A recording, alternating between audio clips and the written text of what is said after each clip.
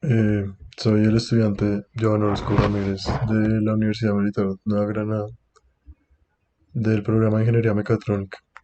Junto con mi compañero Juan Cubíes Leguizamón, vamos a hacer una pequeña explicación sobre los términos que se encuentran en digitales. Bueno, las memorias son pines que se hallan en ambos lados de la cápsula eh, o del dispositivo y generalmente se fabrican con capacidades en órdenes de kilobyte o megabytes, múltiplos de 8. También, también se pueden hacer dos operaciones sobre la memoria, que son de lectura y escritura. En la lectura, la memoria presenta en sus terminales de salida el contenido de la localidad seleccionada. Esto se puede hacer en cualquier tipo de memoria. La escritura es el dato presente en los terminales de entrada seleccionada. No todos los tipos de memoria permiten esta escritura. Esta acción, ya sea de lectura o de escritura, se denomina acceso a la memoria. La relación entre semiconductores y memorias.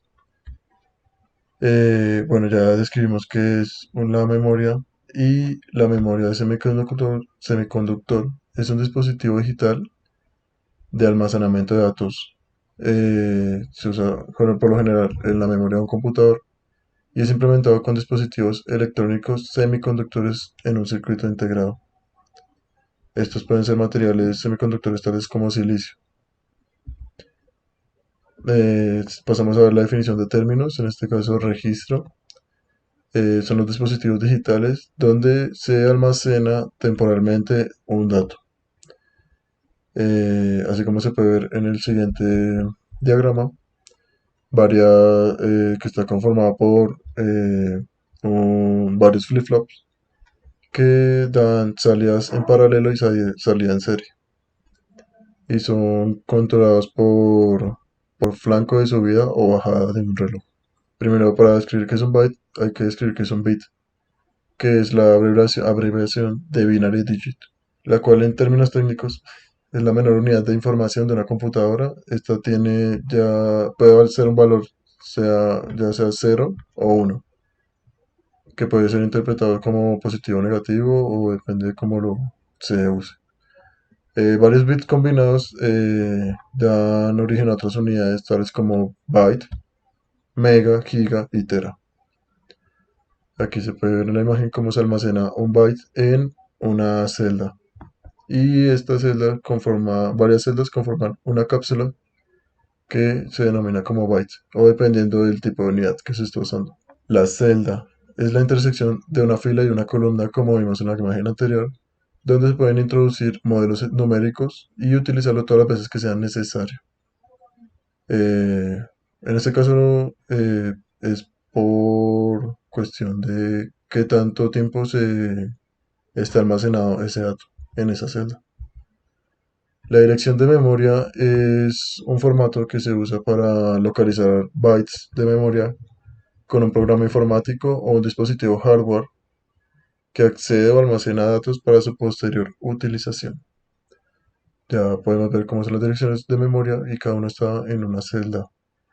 La capacidad de memoria es la propiedad de poder contener cierta cantidad de alguna cosa hasta un límite determinado. Este límite lo da la capacidad de la memoria. Ya puede ser de 4 gigas, 8 gigas, 16 gigas, 32, 34, 128, etc. Los bancos de memoria hacen a la famosa memoria principal o memoria RAM.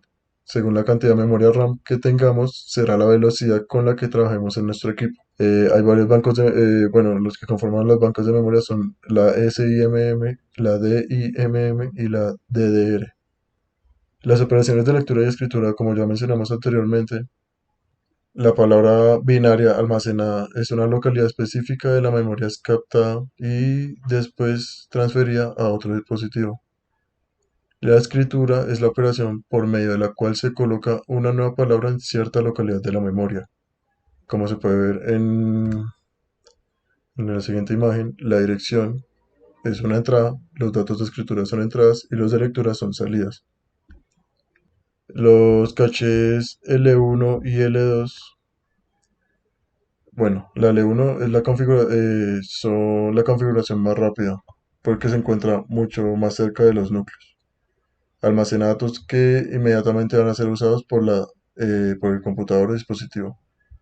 De ahí la que le sigue, en el siguiente orden, es el caché L2, que tiene mayor capacidad de almacenamiento, aunque es más lenta por lo que está más alejada de los núcleos. Un bus de datos en un sistema digital es el que transfiere datos entre componentes de una computadora. Está formado por cables o pistas en un circuito impreso, como vemos en la imagen, dispositivos como resistores y condensadores, y además de circuitos integrados. Pasamos a hablar del método FIFO y LIFO. Estos son utilizados no solo en la parte digital o de electrónica, sino también en varios aspectos de la vida, como en almacenamiento de bodegas.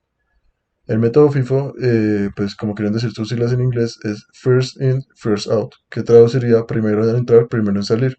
Esto puede ser utilizado en digitales como un dato para guardarlo temporalmente. Entonces el primer dato que entra sería el primero en salir. Como decía, en bodegas o en almacenes de comida se usan cuando la caducidad de un alimento está por terminarse. Entonces se almacena primero y el primero que sale, por cuestiones de fechas de caducidad. Y la LIFO es lo contrario al método FIFO. Esta es last in, first out, lo que traduciría última en entrar, primera en salir. Pasamos a hablar de la memoria RAM, SRAM y DRAM. La memoria RAM es donde se almacena de forma temporal los datos de los programas que se están utilizando en ese momento. Sus siglas significan Random Access Memory. Lo que traducido sería memoria acceso aleatorio. Tiene dos características, la cual es que tiene una enorme velocidad dependiendo de cuántos datos se manejen y, y los datos se almacenan de forma temporal, así que si se llega a apagar el dispositivo, estos datos se borrarían. Lo cual más adelante se define como volátil. En la SRAM, también denominada como RAM estática, se basa en semiconductores, la cual mantiene los datos mientras esté alimentada. Surge de la posición de la memoria de RAM, RAM dinámica, con la que se denomina al tipo de tecnología RAM basada en condensadores, que sí necesita refresco dinámico de sus cargas. Estos son los dos conceptos que mencioné anteriormente, volátil y no volátil, eh, y cuya diferencia estriba en si los datos permanecen o se volatilizan en ausencia de alimentación eléctrica. La memoria RAM es volátil, ya que al no tener alimentación eléctrica, los datos se borran. En cambio, la SRAM, como es estática, o como la ROM, la de RAM, es la RAM dinámica, se basa en condensadores, como dijimos anteriormente, los cuales pierden su carga progresivamente, lo cual significa que necesitan una alimentación, un- como una alimentación de eléctrica cada cierto periodo. Y su principal ventaja es la posibilidad de construir memorias con una gran densidad de posiciones y que todavía funcionen a una alta velocidad. Pasamos a ver la ROM y ROMs programables. La RAM es el medio de almacenamiento de programas o datos que permiten el buen funcionamiento de los ordenadores o dispositivos electrónicos a través de la lectura de la información sin que pueda ser destruida o reprogramable. Eso quiere decir que lo que se plasme en la memoria ROM solo se puede ver como forma de lectura. O sea, no se puede escribir o cambiar algo que ya está escrito. Como dice su nombre, significa Read Only Memory. Es conocida como memoria no volátil, como mencioné anteriormente, ya que la información es contenida en ella, pero no es borrable al apagar el dispositivo. O sea que esta no necesita una alimentación constante de electricidad.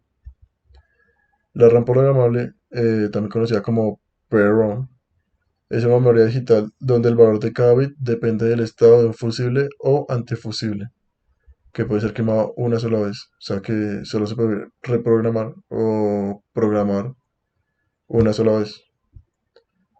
Estas memorias son utilizadas para grabar datos permanentes en cantidades menores a la ROM, o cuando los datos deben cambiar en muchos o todos los casos. Empezamos con las memorias flash, que son memorias de lectura y escritura de alta capacidad de bits. Esta densidad se logra en memoria flash con una celda de almacenamiento que consta de un solo transistor MOS de puerta flotante, como lo vemos ahí en la imagen. La celda que utilizan estas memorias flash son de una puerta apilada y el transistor MOS consta de una puerta de control y una puerta flotante, además de un drenaje de fuente. La puerta flotante almacena electrones, que es la carga que vamos a usar, eh, como resultado de una tensión suficiente aplicada a la puerta de control. Un cero se almacena cuando hay más carga y un uno se almacena cuando hay menos carga o no, o simplemente no hay. La cantidad de carga representante en la puerta flotante determina si el transistor se enciende y conducirá la corriente. Para la programación de esta memoria flash, tenemos inicialmente que todas las celdas están en esa 1 porque se elimina toda la carga que hay en esta celda. Y lo que se hace, o sea, una operación de borrado. Y lo que hacemos es que primero agregamos electrones a la puerta flotante de aquellas celdas que deben almacenarse un cero y no se agrega ningún tipo de carga a las celdas en las que se almacenar un uno, como vemos ahí en la imagen. Así es como se almacena un cero. Primero se necesita de una carga y para el almacenamiento de un uno no hay necesario aplicar ningún tipo de carga. Para la lectura, lo que tenemos es que se aplica un voltaje positivo a la puerta de control.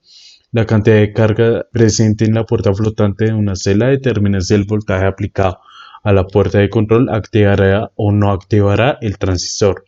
Si se almacena un 1, el voltaje de la puerta de control es suficiente para que el transistor se encienda. Si se almacena en un 0, el transistor no se va a encender. Y para la operación de borrado, tenemos que la carga que tenemos ahí se elimina de todas las celdas de memoria, queda totalmente sin carga. Esto es opuesto a la polaridad a la usada en la operación de programación. Luego tenemos que para la expansión de memorias, la memoria disponible se puede expandir para aumentar la longitud de la palabra, que es el número de bits en cada dirección, o la capacidad de palabras, que es el número de bits en diferentes direcciones. Para expandir la longitud de la palabra, lo que tenemos es que hay que aumentar el número de bits en el bus de datos. Por ejemplo, se puede lograr una longitud de palabra de 8 bits utilizando dos memorias, cada uno con palabras de 4 bits, como se ilustra en la parte de la izquierda que vemos ahí. O tenemos la otra opción, que es que el bus de direcciones de 16 bits se conecta comúnmente a ambas memorias para la combinación de las memorias para que éstas se expandan en el mismo número de direcciones. Para la expansión de la capacidad de palabras, lo que tenemos es que hay que aumentar el número de direcciones. Para lograr ese aumento se debe aumentar el número de bits de cada dirección, como se ilustra ahí en la figura. Que los discos duros son los que conocemos de toda la vida, que son, llamémoslo así, platos rígidos, hechos con aleaciones de aluminio o una mezcla entre vidrio y cerámica, cubiertos con un imán de revestimiento. Esas normalmente tienen unas dimensiones de 3.5 pulgadas, 2.5 pulgadas y 1.5 pulgadas de diámetro. Como los principios de lectura y escritura en estos discos, tenemos que la superficie está controlada por líneas de flujo magnéticos producidos por un cabezal de escritura de acuerdo con la dirección de un pulso de corriente en el devanado. Ese flujo magnético lo que nos hace es llenar de carga un pequeño punto en la superficie en la dirección del campo magnético. Un punto magnetizado de una polaridad representa un 1 binario y un 1 de polaridad opuesta representa un 0 binario. Así es que se va llenando de información cada punto del disco, con un 1 o con un 0 dependiendo de su polaridad. Así es como viene la organización de los discos. Como vemos, cada línea que va alrededor del disco contiene mucha información. Esos tipos de discos pueden almacenar desde, desde pequeñas cantidades de información como 2 kilobytes hasta mucha mayor información. Esta cinta magnética lo que nos permite es realizar un backup de la información que tenemos en los discos. Como sabemos, los discos no, cuando uno formatea un disco no se borra totalmente la información que hay en ese, sino que queda alguna información residual y esa información está almacenada en la cinta magnética para así tener algún respaldo en dado caso de borrar alguna información que no queremos que eso hubiese pasado. El almacenamiento óptico, lo que tenemos es que utilizan la combinación de tecnologías magnéticas y ópticas por medio de láser y estos discos se formatean en pistas y sectores similares a los discos magnéticos. ¿Cómo funcionan los discos? Primero, ese es el disco vacío, sin nada de información. Para hacer la escritura en el disco tenemos que un rayo láser de alta potencia calienta el lugar y esas partículas magnéticas lo que hacen es alinearse con los campos electromagnéticos. Para la lectura que hay en el disco tenemos que un rayo láser de baja potencia se refleja en las partículas que ya están magnetizadas de polaridad inversa y sus campos de polarización. Si las partículas no se invierten, eh, lo que pasa es que el rayo reflejado no va a cambiar. Y para hacer el borrado de la información, lo que tenemos es que el rayo láser eh, se calienta a algún determinado punto y lo que hace es que se invierta la polarización que hay en ese campo electromagnético y así la información que hay en ese vuelva al original. Tenemos como por ejemplo el CD-ROM, que una breve explicación es que es un disco de 120 milímetros de diámetro eh, con revestimientos de policarbonato, aluminio y una capa superior de laca para la protección de este disco. Este disco en específico puede almacenar información desde 2 kilobytes hasta 180 megabytes. El Word se llama así por sus iniciales de Read Once, Read Many, que es su traducción en español lo que nos representa es que solo se escribe una vez, solo se llena una vez de información ese disco y se puede leer múltiples veces. Un CDR lo que representa es un tipo Word, pero solo se puede, o sea, no hay algún tipo de restricción para hacer escritura en diferentes áreas del disco. El CRW lo que nos permite es leer y escribir datos sin problema alguno y ese comúnmente se pone de forma cristalina cuando se llena algún tipo de información, cuando tiene algún tipo de información en ese. El DVD-ROM lo que nos representa es más o menos un CD-ROM, pero con la diferencia que el pozo es más pequeño, lo que nos permite almacenar mayor cantidad de información.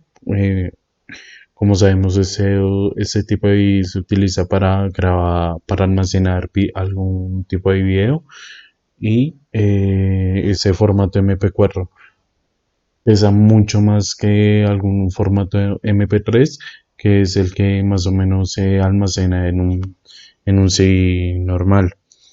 Y ese Blu-ray lo que representa es que para la lectura se hace con un láser azul.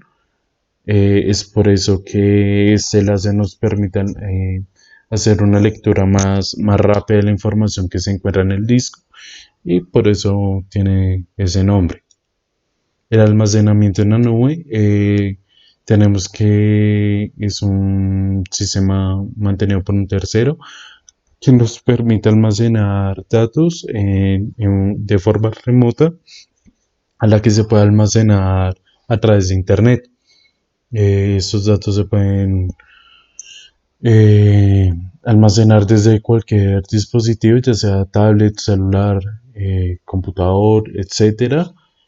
Y así, uno, como vemos acá en el funcionamiento, esos dispositivos que nombré por medio del Internet se conectan a un servidor. Y esos servidores lo que nos permiten es almacenar la información sin ningún tipo de problema. Y la arquitectura que tiene el almacenamiento en la nube se refiere a cómo está estructurado y organizado ese sistema de almacenamiento.